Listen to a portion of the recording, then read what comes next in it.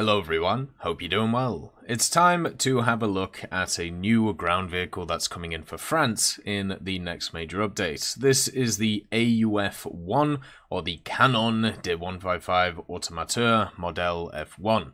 What you have here is an AMX-30 chassis which has had a massive turret bonked on it with a 155mm. There's a lot of nations over many years that try and use pretty much surplus equipment to bring it into the next age or modernize it by changing its purpose. The AMX-30 starting off as kind of an MBT or a medium tank, nowadays with the Leclerc and also other vehicles coming along, is now used for other purposes, such as howitzer platforms. And to be honest, I think this actually might work pretty well in the game.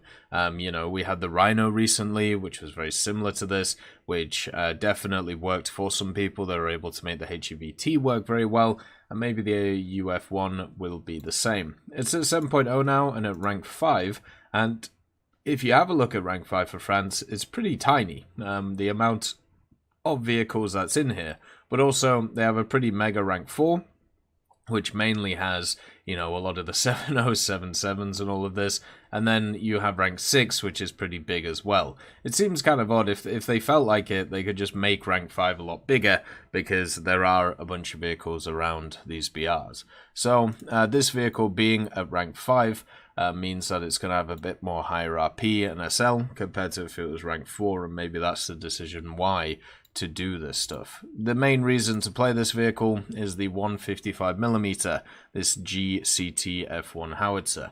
It has an autoloader attached to it, and that autoloader actually makes the reload 7.5 seconds, which for a 155 is pretty good. You can see this massive ammo rack in the back. It's a first stage ammo storage of 36 pieces, with 42 pieces being on the vehicle. It comes in a 2-stage set of ammo, so you have the charges, then you have the head of the ammo, so you're going to have to hit the charges to make this thing go pop. Also at the same time, it has a 4-man crew. You got the driver in the front in the AMX-30 portion, then you have the gunner, the commander, and then also the loader. The optics for the gunner, and also technically the commander, since they have fire controls, is pretty good. 6.8 to 8 times, with the side FOV following along as well. So that is kind of surprising, usually when it comes to these types of howitzer things, since they're more designed for indirect fire. They don't usually have great optics, but this one works pretty well, especially for around about 7.0. The vehicle is pretty big. It's 42 tons, mainly thanks to the gun and the turret, but it does have a 720 horsepower engine in the booty. And if you've ever played the AMX-30s in the game, you know how mobile the vehicles can be. This vehicle will be no different. It has a good transmission, which means it can go as forward-backwards as it does going forwards, which should be nice. And another just really little detail which will make this thing so much nicer to play is the fact that it just has a 50 cal on it. A lot of these vehicles which have the donkey guns or are similar to this don't have access to any secondary armaments, meaning that you can't really do anything if you get rushed upon, or let's say there's aircraft in the air and you're getting hit by multiple targets at once. So for me, stuff like the AUF-1 is nice because of the simple fact that it has, all of these extra abilities on it, which is pretty cool. Now, since it's a howitzer as well, though, it doesn't have access to any armor. 20mm basically on the front is not really going to get you anywhere, and also on the sides it's pretty much the same. So if once the turret is penned, with the huge ammo rack in the back, it's going to be hard to stay alive. You do have the standard AMX-30 chassis though, which can give you some additional survivability because of the simple fact that you have this fuel tank here which eats shells quite effectively. So there's also that, which is about the place. The other areas for the vehicle is mainly the targeting speed. Targeting speed isn't the best, but it is a howitzer at the end of the day.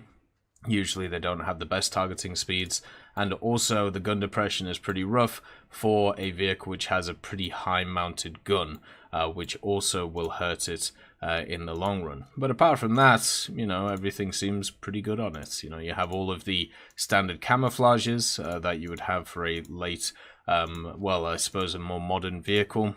This is a vehicle that is still used today by the French, so just to kind of give you an idea of you know, where it sits with everything.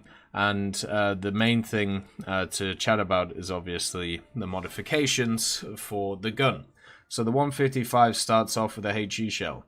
The HE is the OE 15556. It doesn't pen a ton, but has 6.8 kilos of explosive mass, which are really nice on it. It also gets a mega smoke shell, but this smoke shell is unlocked at rank 1, and it does give you pretty good radius. You can see that 25 meter radius for this 155, which is nice. So maybe it might be worth bringing one of those along. The vehicle actually does have access to smoke grenades as well though, so maybe it's not needed, but to kind of block off a position might not be a bad idea. You can see the smoke launchers actually down here. So you have the HE, which exists, and then you have, of course, the HEVT. Now, the interesting thing about these is the HEVT has a lot more explosive filler than the standard HE, the M107. The TN2 equivalent is 9.14 kilos, so it has 1.5 times the damage of the standard HE, but it does also have, you know, the VT capability that can be good, but also can be a bit rough. Doesn't get access to any artillery or scouting or anything, since it's a tank destroyer, which will hurt it a little bit, but not hugely at the end of the day.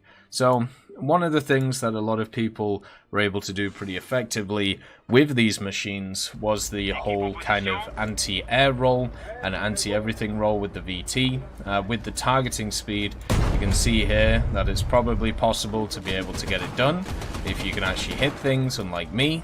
So you will be able to like use the VT pretty effectively at dealing with targets at range as they fly around. Now, as we've talked about, I'm not exactly the best aimer when it comes to these things, but you kind of get the idea of it, where you're supposed to kind of bonk vehicles moving around, very similar to the band cannon and also Type 75 and all of this, which can help it quite a lot. So there's all of these like little things that you can do for the vehicle to kind of make it more multi-role and a little bit more useful for the lineups that it's part of. The other thing is you can kind of shoot above vehicles, so you can like hit it here, and then it will overpressure the vehicles if it fires down, kind of similar to a TOW-2B, which is quite nice. And this can be probably the most effective thing that you can do with a vehicle like this, but it also means that you have to get the trajectory correct, otherwise it's just going to miss. And then sometimes it's not going to do anything, which is why, at least for me, I kind of struggle the most with these vehicles. But this one has a good chance of doing well. You know, you've got good reload on it, you've got good mobility, and you've also got the 50 cal, which would be nice. So I think out of all of the SPHs, this one will fare probably the best, just because of the platform it's on. I personally will play this. We'll see if this one feels a bit better than some of the other ones I've played, and hopefully we can have a good time with it. As always, I hope you have a wonderful day, and I'll see you next time.